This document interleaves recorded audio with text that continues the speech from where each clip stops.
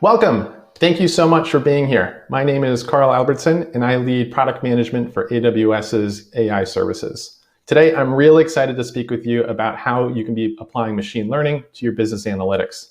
By the end of today's session, we're going to demystify what AI and ML mean here at AWS, and you'll be able to know how you can start applying our AI services into your business.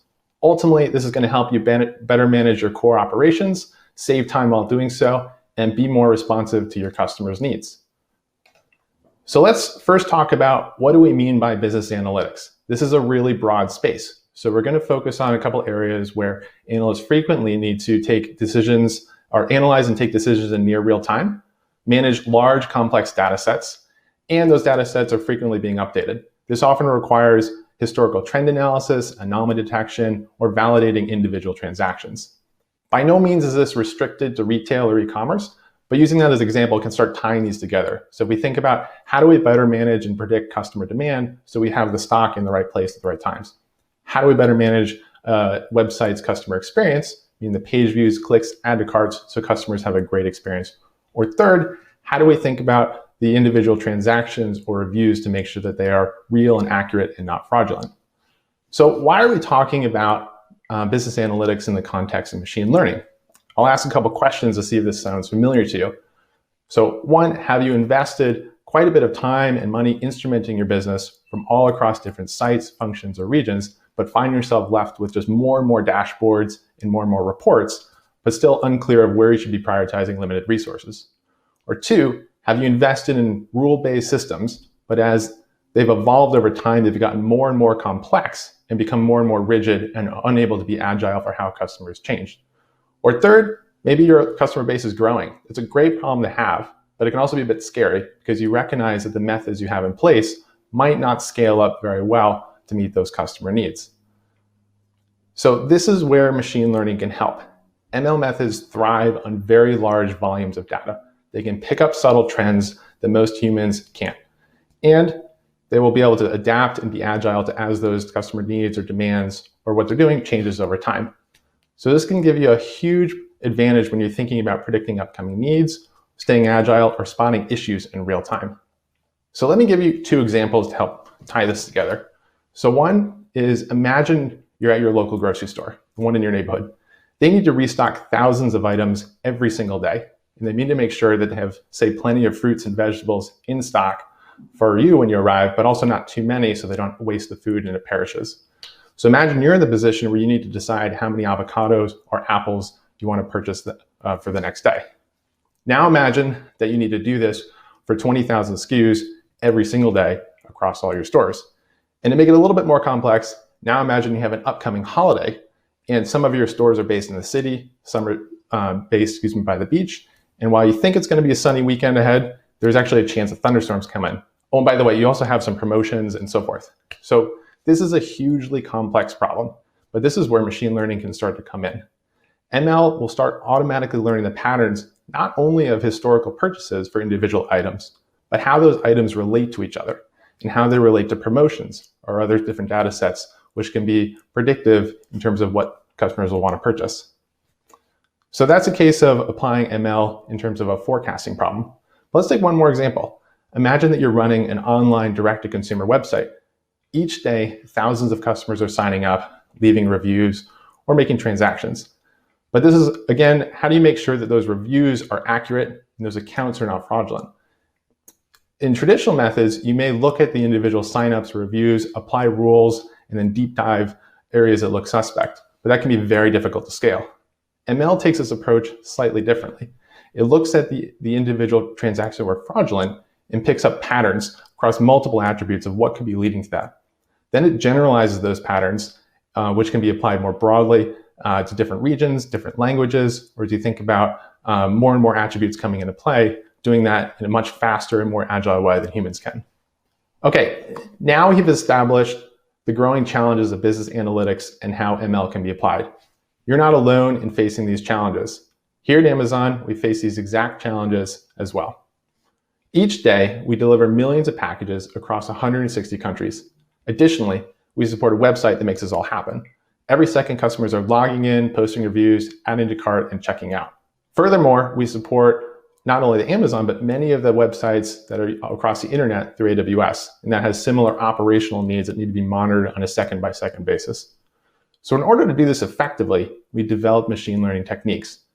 So in doing so, we've learned what works, what doesn't, and what's needed. And frankly, building ML capabilities does require a unique set of skills. It requires the research and development of sophisticated algorithms and techniques.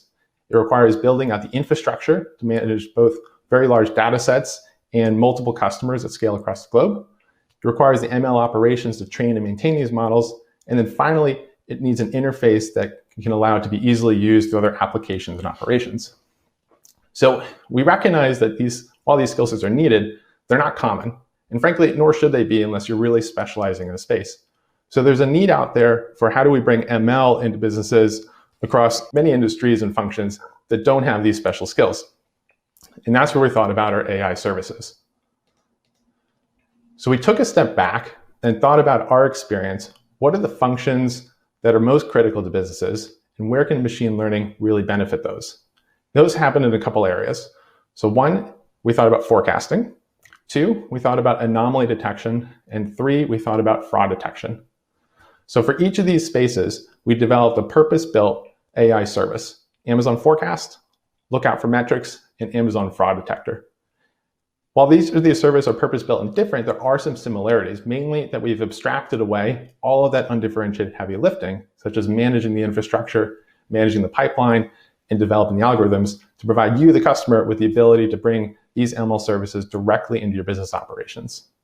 So I'm going to go through each of these in a bit more detail. So starting with Amazon Forecast, I'll share 2 examples of how this is actually being used with customers, and then talk a little bit about how the service works.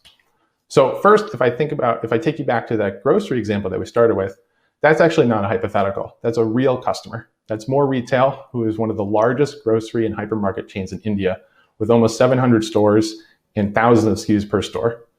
They were dealing with the problem of how do they reduce their perishable food waste. This could be fruits, vegetables, meats, produce, etc., while also making sure that they maintain very high in-stock rates. So the key for them in using machine learning, and specifically Amazon Forecast, was that the machine learning techniques don't learn patterns based on individual items, but they're actually learning how those individual items correlate and work together. So frequently when you go grocery shopping, you buy a basket of goods. By understanding how these different goods are purchased together, how they relate to different times of the year and holidays, or how they relate to promotions, was key into them improving their accuracy. So ultimately, they brought Amazon Forecast in to automate their repurchasing, and in doing so, were able to reduce food wastage by about 30% while maintaining and both improving their in-stock rate. The second example I want to talk about is with Anaplan. This is a very different use case. Anaplan is not using Amazon Forecast as an individual end user, but they're actually building their own AI and ML platform designed to help with business analytics overall. And so they've designed a UX and capability specific to industries and functions, which they're calling Plan IQ, but they needed a sophisticated ML technology under the hood that could scale with their needs. So we have partnered with Anaplan as they're building out their Plan IQ platform, and Amazon Forecast is that engine underneath the hood powering all of those ML workloads. As a result, they're going to be launching Plan IQ later this quarter to be able to bring machine learning technologies to all of their customers. So let me talk a little bit now about what is Forecast and how it works. So Amazon Forecast is a fully managed time series forecasting service. It abstracts away all that infrastructure, ML ops, allowing you to focus on where forecasting can improve your business and demand planning needs. So how does it work? You can access it through either the AWS console or through the API, and you'll bring your historical data and forecasts. So for example, this could be your sales history by item, by store location. And then you can also bring any other related data that goes with that. So that might be pricing or promotions or a third-party data set which you think correlates well with demand. Behind the scenes, Forecast is going to be doing a lot.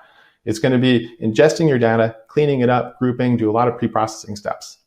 Then it actually is going to be layering on internal data sets that we have that can help improve forecast accuracy. A great example is what we call the Amazon Forecast Weather Index, which we launched at the end of 2020. That's actually going to look at weather forecasting 2 weeks out across all of your locations and where the weather can improve demand planning accuracy in terms of what is going to be the overall foot traffic or what is going to be certain items that where demand increases. It will apply the weather forecast automatically to those SKUs or items. After that, forecast is going to train, optimize, and host your model, allowing you to create forecast and then export it or access it directly through the API and use it however you like. So a couple of key benefits with the service is one, it's going to bring you highly accurate machine learning techniques and technologies. Two, it's going to allow you to import not only your historical demands or periods, but also related data sets, which could help. And third, the output is going to be a probabilistic forecast distribution. This is a subtle but really important point, is that it allows you then to map your forecasting problem back to your business problem. So where, for example, items have different costs of over versus under forecasting, meaning that if you over forecasted a perishable good, you'd have to then, that would be a cost of the inventory either being held or being wasted versus the cost of under forecasting, which might result in a missed sale or a lower customer satisfaction. So ultimately, we talked a lot about demand planning and physical goods, but forecasting in general spans multiple different use cases. So you think about waste and markdowns, think about improving in-stock rates. If you think about how do we actually want to staff accordingly to meet demand that fluctuates by week, by day, or by hour. These are all cases where time series forecasting can help. Now, next, we're going to talk about Amazon Lookout for Metrics. And that's our managed service for what we call anomaly detection. So I'll start again with two examples to make this a bit more real. So first is a company called Digitata. They're a mobile telecom operator that manages pricing and subscriber engagement for their customers. So Digitata has complex pricing scenarios, and they deploy Lookout for Metrics to make sure that as they made changes, there were not unintended consequences elsewhere in the system. This can happen, and normally they're able to identify and fix the problem within a day. But with Lookout for Metrics, they're actually quite surprised and pleased that running Lookout for Metrics, they identified a price change causing downstream impact within minutes, and they were able to deep dive that root cause and implement a fix within 2 hours. Ultimately, this speed helped them avoid about a 7 or 8% impact to that daily revenue, which is huge. Playrix is another example. So Playrix is a digital mobile game developer, and they're focused on how do they keep the customer experience through many points of the game, downloading, install, and usability up to par. So they're tracking multiple different pieces of data. This could be installs, this could be ad clicks, this could be user activity, all this by region, and all the different systems that support. So they needed something that could scale and be agile with these different needs. Currently, they were using manual thresholds, but that was nearly impossible to manage and scale and adjust for different kind of seasonal impacts or weekly trends. So by building Lookout for Metrics into their processes, it allowed them to really step back and apply a generalized solution across all of their needs. Lookout for Metrics is able to understand, move away from these manual thresholds that were fixed to understand kind of daily, weekly trends by region, along with other subtleties, and really improve their anomaly detection accuracy. But better yet, it reduced a lot of the false alarms and frustrating deep dives and investigations that took hours. So again, let's talk about what Lookout for Metrics is and how does it work. So just like Forecast, we've abstracted away all of those complex issues with managing a machine learning model in pipeline, allowing you to focus on what it is that you want to measure for anomalies. So in order to use it, you'll connect Amazon Lookout for Metrics through connectors that we have built in or directly into your data sets that you want to be monitoring. As soon as it starts ingesting those, it's going to start learning.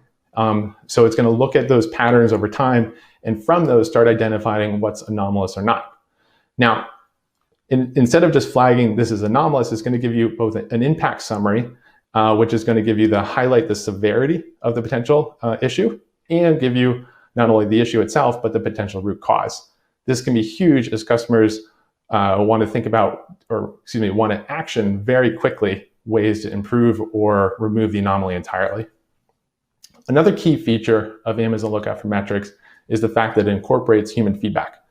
So over time, you can flag if this was an anomaly that it's not something that it should be worried about over time, or there is, in some cases, things that it did not pick up initially. And by adding that feedback into the system, it's able to learn over time, improve, and make more and more effective anomaly detection flags. And then finally, it has notifications. So you can build notifications directly into whatever service that you like, whether it automates next steps or just notifies your operations team to take next steps. But those notifications will allow you to move very quickly to root cause the anomaly, and take action. So some of the key benefits here are its ease of use through the connectors that are built in. It provides actionable results at scale. So not only will it provide anomaly, but it'll help group related anomalies together and rank them in order of severity. So we're not responding to 1,000 anomalies all based on one issue. It will group those together. You can respond to one and know the potential root causes. And then third is that continuous improvement, allowing you as the user who knows your use case the best to provide input to make it better over time. This is going to be really effective in processes that impact your revenue, such as order rates, shopping cart metrics, page detail metrics. Could be used with marketing, downloads, installs, page views, churn rates, customer experience, as well as operations. This might be such as CPU, utilization, error rates, etc. Okay, third, we're going to talk about Amazon Fraud Detector and a couple of the customer use cases associated with that. So first, we have CDKeys. This is an e-commerce site specializing in digital products and sales. And they pride themselves on being trustworthy, reliable, and have a fast purchasing experience for customers. But like any e-commerce site, they're dealing with fraudulent transactions at times. So today prior to using Amazon Fraud Detector, they had many different rules in place to identify what could potentially be a fraudulent transaction. But those rules were becoming more and more complex and harder to make adjustments to and act on in real time. So they were looking for a solution which could generalize the results more easily, especially as it expanded to new product lines and new customer regions. And so Amazon Fraud Detector, by not taking that rule-based approach, by learning from what was actual fraud or actual real transactions, enabled them to do that generalization and be much more effective. So once they implemented Amazon Fraud Detector, they actually saw about a 6% reduction in the overall fraudulent transactions. But more importantly, all of those transactions that were not fraudulent, they were able to move through without any sort of slowdown or manual deep dive, really improving the customer experience. And then finally, with that, they were able to reduce the number of transactions that they manually expected by over 90%, which freed up their resources and their time to do things that would add more and more value to the customer. Truvo is another example. They're a payments processor, and they were looking for a fraud detection solution. They were debating building out a bespoke custom model and mapped that out and realized that was going to take multiple months. So they looked to see if Amazon Fraud Detector was something that could provide them capabilities they needed much faster. So ultimately, what they realized is that with Amazon Fraud Detector, the minute they put in their historical data and trained the model, they were able to deploy something that was functional and quite accurate within 30 minutes. Not only that, with the integrations in CloudWatch and AWS CloudTrail, they estimated that they could be saving about 3 to 6 months in their overall development time period by going with Fraud Detector versus bespoke custom solution that they developed themselves.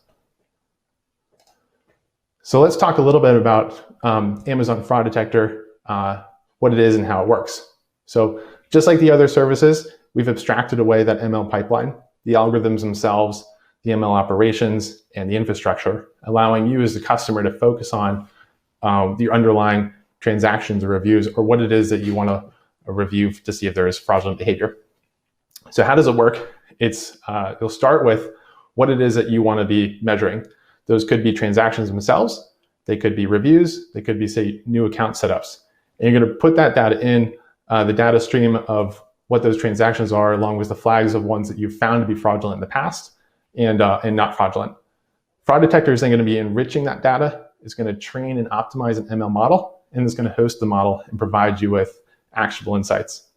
Users can review and visualize the score and distribution of what is potentially fraudulent or not, and set the sensitivity based on how mission critical that process is, what the resources are to deep dive, and then over time, improve from there. After that, the model can be deployed directly, and they can automate the overall processes. So some of the key capabilities that we want to highlight with Fraud Detector is, one, it's approachable. So the graphical views of the model performance, it allows customers to kind of intuitively understand the trade-offs they're making in terms of how sensitive do they want the models to be. Second, it will operate in real time or near real time, which is going to allow customers to actually flag and remediate those potentially fraudulent transactions before the issue becomes too big. Third, it's able to operate at scale, can adjust to any transaction volume or velocity that customers may have, allowing them to grow with their business. And then finally, like the others, it's a managed service. So we've done all the heavy lifting on Amazon side. You can use it for new account fraud, you can use it for checkout fraud, and you can use it for promotion abuse, among many other different use cases. So let's take a step back and recap the services we talked through and the problems that we've talked through today. So first off, we talked about the AI services that we internally have created that address some of the thorniest business analytic problems that customers face today, where machine learning can be most applicable. That's forecasting, anomaly detection, and fraud detection. And some of the key benefits we're excited to share with you as we built these services is the ability to provide accurate and fast results that will help you drive business actions and help improve your customer experience. It's going to leverage the past years of investment that we've made at Amazon in these problems in areas where we continue to invest going forward, which brings the most cutting edge ML techniques to your business. Ultimately, we're really excited this is going to save you time, it's going to save you costs, and it's going to improve your customer experience overall. So with that, you might be asking, how can you get started? How can you begin today? And coming out of this discussion, I think there's really two paths that a lot of folks and customers would like to go down. One is, how do they learn more? So we've got tons of information on our AWS website. Each of these services has their own individual detail page that will contain an overview of the service, the features, getting started material. We also have tons of blog posts, not only on individual features, but customer use cases and how they're implemented. So you can understand and learn from other customers what problems did they solve and how they solve with these services. Third, we have videos showing these implementations, maybe walking through the console itself, or different examples through the CLI or other notebook examples. And then finally, we actually have GitHub examples, in some cases example data and code snippets, so you can begin deploying directly into your business. If you're good with that and you're ready to start building, this is where I'd say start with our AWS consoles. You can start building there. These services also can be accessed directly through APIs themselves. And then to make things even faster, we have AWS CloudFormation templates for many common use cases. So you can skip ahead if you know that your business need matches other, is a common need that we've seen across customers as well. And then if you have a more complex or a larger implementation you want to speak with us, feel free to reach out to your Amazon or your AWS account manager, or potentially we can put you in touch with our qualified partners through the Amazon Partner Network. So with that, a big thank you. I want to thank you for joining us today at the ML Summit, and welcome you to begin building with AWS's AI services. And then also, I do want to point out before we go that there's over 65 courses across, not only the ML Summit itself, but across our web. And when you're ready, you can feel free to prepare for AWS Certified Machine Learning certificate. That'll include a specialty exam, and it's going to validate your skills and provide industry-recognized credentialing. And all assets mentioned during this talk and others are going to be downloadable as an attachment throughout the ML Summit. So again, thank you very much and appreciate our time today.